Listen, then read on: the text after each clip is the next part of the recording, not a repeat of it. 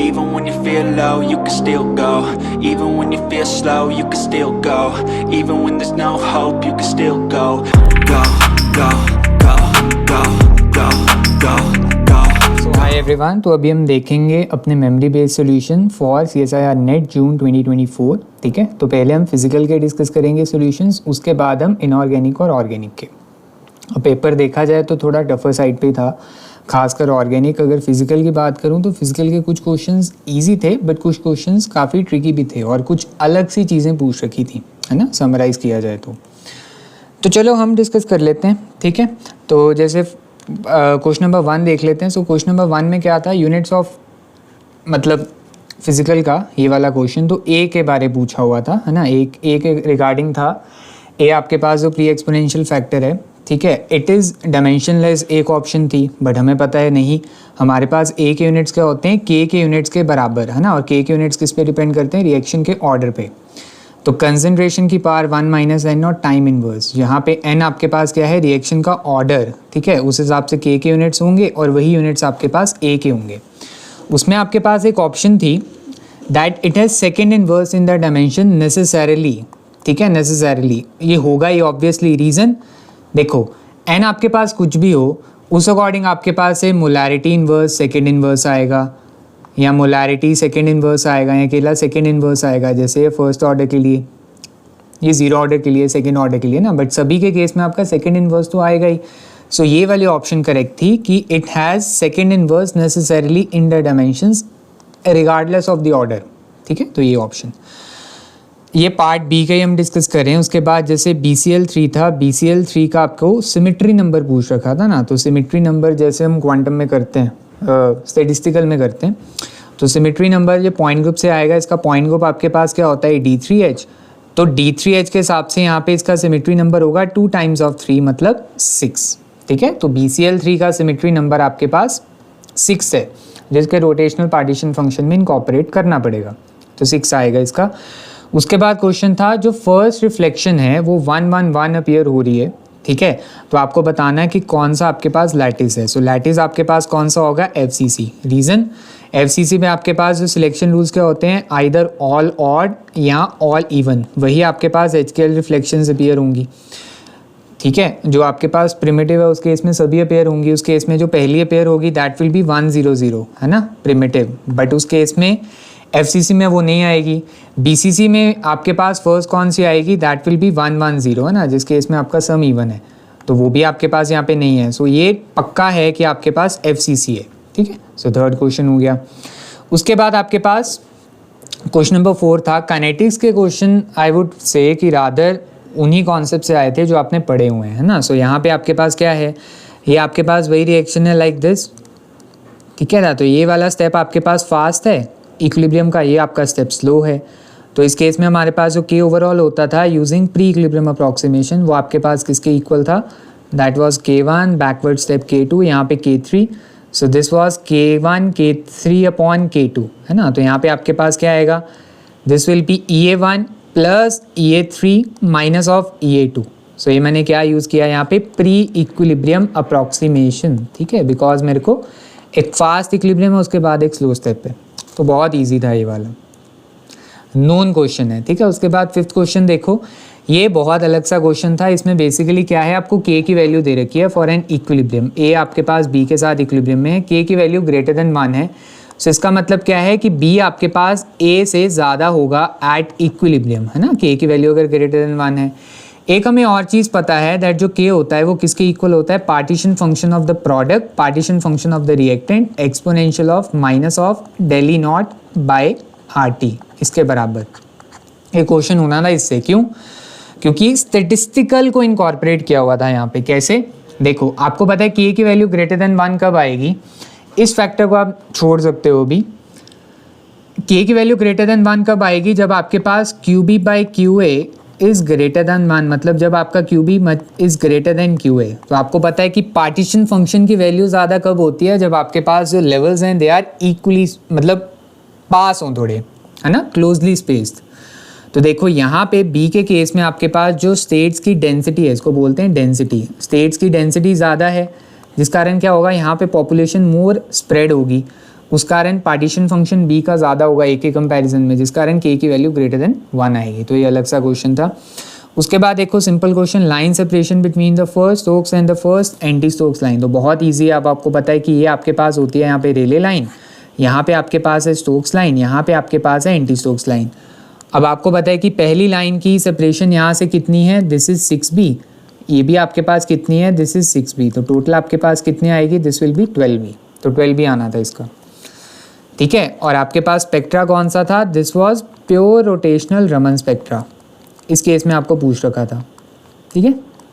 चलो, isothermal expansion दे रखी है of N ideal gas, right. तो आपको बस बताना था, आपको पता है एक्सपेंशन के केस में रिवर्सिबल का वर्क ज़्यादा होता है रिवर्सिबल कारण, और मैग्नीट्यूड पूछ रखा है ना, रिवर्सिबल का मैग्नीट्यूड ज़्यादा होगा, दोनों नेगेटिव होंगे, रिवर्सिबल का मैग्नीट्यूड इरिवर्सिबल से ज़्यादा होगा। और आपको पता है जो डेल्टा यू है that is equal to Q plus W, process isothermal है फॉर एन आइडियल गैस, तो क्यू आपका माइनस ऑफ डब्ल्यू होगा, साइन डिफरेंट होगा, क्यू पॉजिटिव होगा इस केस में, बट स्टिल रिवर्सिबल के लिए ज़्यादा होगा देन इरिवर्सिबल, क्योंकि उसका वर्क डन ज़्यादा है। सो ये दोनों आपके करेक्ट आने। चलिए उसके बाद नेक्स्ट क्वेश्चन क्या था, the slope of the phase boundary. So देखो इंपॉर्टेंट क्वेश्चन है, फेज बाउंड्री मतलब अगर मैं पीटी फेज डायग्राम की बात करता हूँ तो स्लोप आपके पास वहाँ पे क्या होती है, डीपी बाई डी, जो आपके पास इक्वेशन क्या बोलती है, it is equal to delta S upon delta V. अब ये बहुत इंपॉर्टेंट है कि जो सॉलिड लिक्विड का इक्विलिब्रियम है उसके लिए ना आपके पास स्लोप हमेशा बहुत ज़्यादा रहती है। रीज़न उसके लिए जो आपका डेल्टा वी है वो बहुत कम रहता है, ठीक है ना, क्यों, क्योंकि वॉल्यूम का चेंज ज़्यादा नहीं आता। वहीं अगर मैं इन दोनों इक्विलिब्रियम्स की बात करूँ, यहाँ पे आपके पास वॉल्यूम का चेंज बहुत ज़्यादा आएगा, रीज़न आपके पास वेपर्स बन रहे हैं, ठीक है, जिस कारण इसके लिए डेल्टा वी की वैल्यू कम है तो स्लोप सबसे ज़्यादा है। इन दोनों को जब हम कंपेयर करेंगे मीन्स के सब्लिमेशन और वेपराइजेशन को, तो आप कहोगे, आपको ये भी पता है दैट जो डी बाई डी है वो आपका delta H upon T delta we होता है। तो आपको पता है जो डेल्टा एच सब्लिमेशन की है वो मच ग्रेटर है इन कंपैरिजन टू वेपराइजेशन, क्योंकि सब्लिमेशन में वेपराइजेशन और फ्यूजन दोनों आते हैं, उस कारण ये ऑर्डर है, सबसे ज़्यादा इसका, फिर इसका, फिर इसका। सो आंसर ये होना था। उसके बाद आपका क्वेश्चन था डीएलवीओ थ्योरी से, ये आपका कोलॉइड्स का कॉन्सेप्ट रहता है। तो इसमें आपके पास कॉन्सेप्ट क्या रहता है कि दो तरह की चीज़ें कंसिडर होती हैं कोलॉइड्स के केस में। एक तो आपके पास उनकी इलेक्ट्रिकल डबल लेयर रिपल्शन है, ठीक है, एक आपके पास क्या होती है इलेक्ट्रिकल डबल लेयर। तो इलेक्ट्रिकल डबल लेयर के कारण रिपल्शन एक ये, और दूसरा आपके पास क्या होता है वॉन डर वॉल अट्रैक्शन। ये दोनों फोर्सेस होती हैं, ठीक है ना। अगर वॉन डर वॉल अट्रैक्शन डोमिनेट कर जाएगी तो आपका कोलॉइड कोएगुलेट कर जाएगा। सो ये दोनों का बैलेंस है, ये होता है डीएलवीओ थ्योरी में, ठीक है। उसके बाद नेक्स्ट देखो difference in the B localise, यहाँ से आपका पार्ट सी शुरू हो जाता है, ठीक है, फिजिकल के क्वेश्चंस में। तो बी लोकलाइज आपके पास किसके इक्वल होगा, है ना, ये अलग सा क्वेश्चन था अगेन एनएमआर से। तो ये हम कैसे निकालते हैं, localise the magnetic field can be difference किसके इक्वल होगा, जो आपका पीपीएम में डिफरेंस है। सो एक की वैल्यू दे रखी थी हमें 3.35, दूसरे की दे रखी थी 1.15, आपको पीपीएम में दे रखा था तो आपको इंटू 10⁻⁻6 करना होगा, ठीक है, एंड देन उसको आपको मैग्नेटिक फील्ड जो एक्सटर्नल मैग्नेटिक फील्ड है उससे मल्टीप्लाई करना होगा। तो इसको सॉल्व करोगे तो आपके पास आंसर आएगा 4.4 इंटू 10⁻⁻6। ये डिफरेंस है, ठीक है, किसमें, लोकल मैग्नेटिक फील्ड्स में, जिस कारण पीपीएम में डिफरेंस आ रहा है। उसके बाद क्वेश्चन नंबर 11 देख लेते हैं। ये वेरिएशनल प्रिंसिपल से क्वेश्चन था, ये प्रीवियस ईयर क्वेश्चन ही है, बेसिकली रेपिटेटिव क्वेश्चन है, ये इजी था, है ना। तो इसमें बेसिकली हमें करना क्या था, हमें सेकेंड ऑर्डर करेक्शन निकालनी थी to the ground state energy. तो इस केस में आपके पास क्या होगा, दिस विल बी 4, ये दिया हुआ है, हमें इन्हीं वैल्यूज़ की ज़रूरत पड़ेगी, है ना। तो यहाँ पे आपके पास क्या होगा 4 का स्क्वायर डिवाइडेड बाय 2 - 4, और यहाँ पे आपके पास 6 का स्क्वायर डिवाइडेड बाय 2 - 6, ठीक है, बस ये करना है। सो यहाँ से आप सॉल्व करोगे तो -17 आएगी। This will be the correction to the ground state, ठीक है, ग्राउंड स्टेट को पूछा हुआ था करेक्शन। चलिए उसके बाद अगर अनदर काइनेटिक्स का क्वेश्चन, बहुत इजी क्वेश्चन। इस केस में क्या था, जो कोलिजन थ्योरी का जो रेट कांस्टेंट है वो दे रखा है। सो आपको यहाँ पे ये जो E0 है इसका रिलेशनशिप बताना है किसके साथ, अर्हीनियस की एक्टिवेशन एनर्जी के साथ। हमने एक कॉन्सेप्ट किया था दैट जो एक्टिवेशन एनर्जी होती है वो किसके इक्वल होती है, E0 प्लस MRT के, ठीक है, जहाँ पे M क्या होता है K, this is equal to small a temperature की power m exponential of minus of E0 by RT, ये चीज़ सिंपल, ठीक है, गार्डिनर का कॉन्सेप्ट है, बट हम रिलेट कैसे कर सकते हैं जब डायरेक्टली रिलेशनशिप निकालना हो। देखो यहाँ पे सारी कांस्टेंट टर्म्स होंगी, कांस्टेंट टर्म्स मतलब ये 8k/πμ। तो यहाँ पे टेम्परेचर डिपेंडेंस है क्या, टेम्परेचर की पावर 1/2 है, exponential of minus of E0/RT है, मतलब m की वैल्यू किसकी इक्वल 1/2 के। सो ये आपका किसकी इक्वल आएगा, E0 + RT/2k। तो ये आपका आंसर बनेगा इसमें, ठीक है। उसके बाद नेक्स्ट क्वेश्चन देखो 13। अब ये क्वेश्चन ना रेपिटेटिवली पूछा जा रहा है, गेट में भी ये क्वेश्चन गेट 2024 में ये पूछा गया था। तो इसका कॉन्सेप्ट क्या होता है, इसको आप करते हो through the concept of liver rule, ठीक है। सो लिवर रूल का कॉन्सेप्ट कैसे लगेगा यहाँ पे फेज डायग्राम में, देखो यहाँ पे हम सबसे पहले क्या निकालेंगे, n∝/n⁵। ये बेसिकली क्या होते हैं, total number of moles hexane और नाइट्रोबेंजीन के मिला के अल्फा फेज में, फिर दूसरा बीटा फेज में।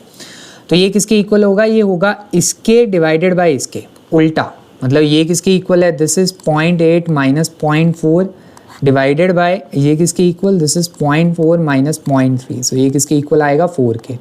तो एक इक्वेशन तो आपकी ये बन जाएगी लिवर रूल के अकॉर्डिंग, और दूसरी इक्वेशन क्या बनेगी, n∝ + n⁵ किसके इक्वल 0.4 एक के मोल्स लिए थे, 0.6 के लिए थे, तो 1, क्योंकि अल्फा और बीटा में जितने मोल्स हैं उनके टोटल तो आपके 1 के बराबर ही होंगे ना जितने आपने लिए थे। तो सेकेंड इक्वेशन आपकी बनेगी ये, फर्स्ट इक्वेशन आपकी बनेगी ये, उससे हम वैल्यूज़ निकाल लेंगे। सो आपके पास जो n∝ और n⁵ की वैल्यू है यहाँ पे आप आ जाती है, ये आ जाती है 0.8, ये आ जाती है 0.2। तो अगर यहाँ पे मेरे को मोल्स निकालने हो हेक्सेन के अल्फा फेज में, तो वो क्या होगा, दिस विल बी जो मोल फ्रैक्शन है इसकी इन the alpha phase into total number of moles. इसकी मोल फ्रैक्शन क्या होगी, 1 माइनस जो नाइट्रोबेंजीन की mole fraction in the alpha phase. Nitrobenzene के अल्फा फेज में कितनी है 0.3, so this will be 1 minus 0.7, N alpha आएगा 0.8, सो आपका आंसर आएगा 0.56, ठीक है। सो 0.56 है इसका आंसर। उसके बाद बात कर लेते हैं इसकी, ये बहुत इजी क्वेश्चन था। देखो आपको ये इक्वेशन यूज़ करनी, ΔG = ΔH - T∆S। तो पहले ΔH और ΔG को पुट करके आप पहले इनका एंट्रोपी चेंज निकाल लो। इनका जो एंट्रोपी चेंज आएगा वो किसके इक्वल आएगा, दिस विल बी 10 J/mol/Kelvin।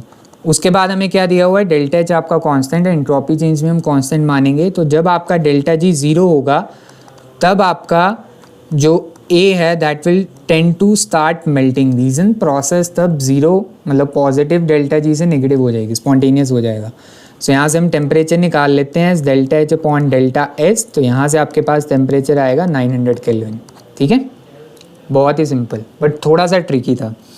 फिर क्वेश्चन नंबर 15 देख लेते हैं, ये स्टैटिस्टिकल का कॉन्सेप्ट था। तो स्टैटिस्टिकल में आपके पास क्या होता है, this one will be exponential of minus of, देखो इसमें आपको बताना था fraction of molecules present in the P state. तो वो आपके पास क्या होगा, यहाँ पे सबसे पहले पी स्टेट के लिए आप टोटल डीजेनरेसी ढूंढो, ठीक है। सो टोटल डीजेनरेसी जैसे इसके लिए आपके पास जे वैल्यू देखनी होती है 2J+1, तो यहाँ पे आपके पास आएगी 2, एंड देन पी 3/2 के लिए आपके पास आएगी 4, 2J+1 जे वैल्यू 3/2 पुट करोगे, सो टोटल आपके पास यहाँ पे डीजेनरेसी होगी 6। देन S 1/2 के लिए आपके पास जो डीजेनरेसी है वो किसके इक्वल आएगी 2, इनको आप पुट करोगे यहाँ पे, तो आपके पास यहाँ पे क्या है 6। आपके पास क्या होता है एक्सपोनेंशियल ऑफ εI/kT। तो यहाँ पे इनकी एनर्जीज दे रखी हैं, इन दो स्टेट्स की एनर्जी है -0.5 kT। सो -0.5 kT/kT इतना आ गया, और यहाँ पे आपके पास क्या आएगा total partition function. So total partition function की वैल्यू कितनी आएगी, इस वाली स्टेट के लिए आपके पास डीजेनरेसी कितनी है 2 एक्सपोनेंशियल ऑफ 0 क्योंकि उसकी एनर्जी टर्म 0 है, प्लस 6 एक्सपोनेंशियल ऑफ -0.5। मैं थोड़ा जल्दी कर रहा हूँ बिकॉज यहाँ पे हम डायरेक्टली आपको मैं आंसर बताऊंगा। सो this will B 2 + 6 exponential of -0.5, यहाँ पे आएगा 3 एक्सपोनेंशियल ऑफ -0.5, 1 + 3 एक्सपोनेंशियल ऑफ -0.5। तो ये आपका यहाँ पे आंसर बनता था ये वाला, ठीक है।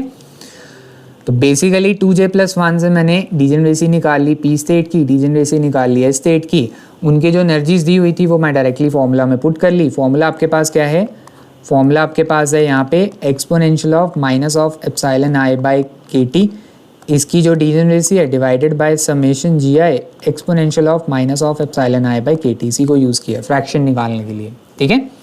सो आंसर आपका ये है।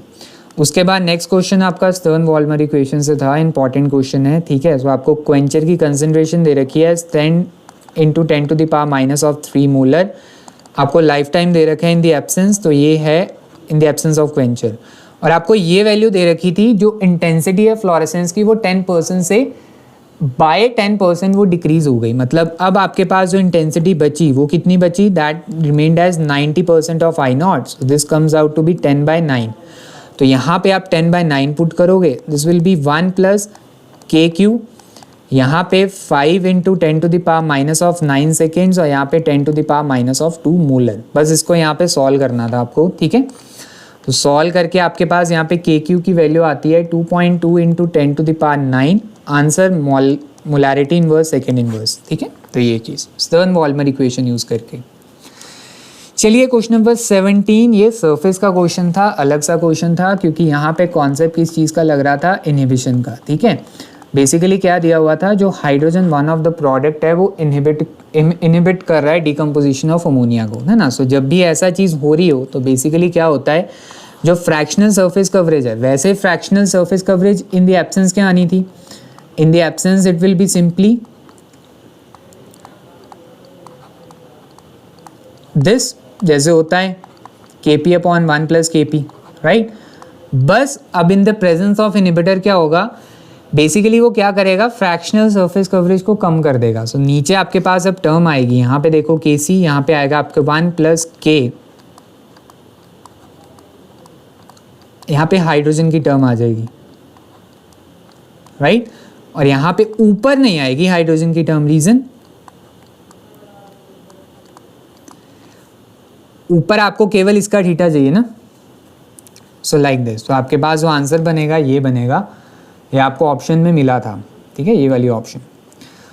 सो बस इस चीज़ का आपको ध्यान रखना था, तो ये इसका आंसर है। उसके बाद नेक्स्ट करते हैं क्वेश्चन नंबर 18 की बात। तो 18 आपका बहुत ही सिंपल क्वेश्चन था, साइक्लोप्रोपिनाइल केटाइन की बात चल रही थी, इसमें टोटल पाई इलेक्ट्रॉन्स देख लो। सो 2 केटाइन की बात है, सो 2 पाई इलेक्ट्रॉन्स है, तो आप इनको यहाँ पे फिल कर दोगे। एनर्जी लेवल डायग्राम पता होनी चाहिए थी। तो अगर मैं इसकी टोटल पाई इलेक्ट्रॉन एनर्जी की बात करूँ तो यहाँ पे 2 इलेक्ट्रॉन्स हैं, किस लेवल में, अल्फा + 2 बीटा के लेवल में। तो यहाँ पे आपके पास आएगा 2 अल्फा + 4 बीटा, इसकी टोटल पाई इलेक्ट्रॉनिक एनर्जी, ठीक है।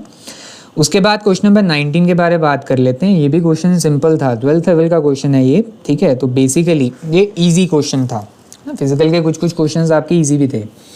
सो बेसिकली आपको यहाँ पे मोलर कंडक्टिविटी निकालनी थी NaCl की, साइमन cm/मोल में ना। सो बेसिकली कंसंट्रेशन आपको कितनी दे रखी है, 0.05 मोलर। कप्पा आपको निकालना था, कप्पा निकालने के लिए आप पहले सेल कांस्टेंट की वैल्यू ढूंढते। सेल कांस्टेंट की वैल्यू आपकी किसकी इक्वल आती, कप्पा टाइम्स आपके पास जो G है, sorry this will be kappa by G, है ना। तो यहाँ से जब आपने KCl की कप्पा और KCl की रेजिस्टेंस को मल्टीप्लाई किया तो वहाँ से आपने सेल कांस्टेंट ढूंढ लिया। एक बार आपने सेल कांस्टेंट ढूंढ लिया, उसके बाद आप कप्पा NaCl की भी ढूंढ लोगे। कप्पा NaCl की क्या होगी, L/A इंटू आपके पास जो G है, ठीक है ना। सो उसका G आपके पास आ जाएगा बिकॉज आपको उसकी रेजिस्टेंस दे रखी है। तो उससे आपने यहाँ पे कप्पा ढूंढ ली NaCl की, सेल कांस्टेंट आपने पहले KCl से निकाल लिया, ठीक है, जैसे आप करते हो लाइक दिस। तो उसको आपने यहाँ पे पुट कर दिया इंटू 1000 डिवाइडेड बाई C, तो वहाँ से आप डायरेक्टली वैल्यू निकाल सकते हो 100 साइमन cm/मोल, राइट। तो मैं आपको बता देता हूँ, यहाँ पे सेल कांस्टेंट की वैल्यू आती थी 1.008 साइमन/सेंटीमीटर।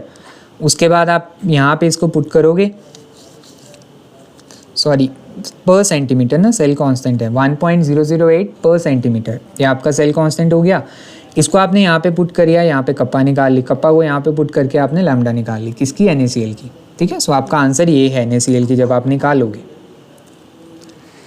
चलिए उसके बाद क्वेश्चन नंबर 20 की बात कर लेते हैं। सो क्वेश्चन नंबर 20 में बेसिकली क्या था, ये भी वेरिएशनल प्रिंसिपल से ही था। वेरिएशनल प्रिंसिपल की जब हम थ्योरम डराइव करते हैं उससे है ये, ठीक है।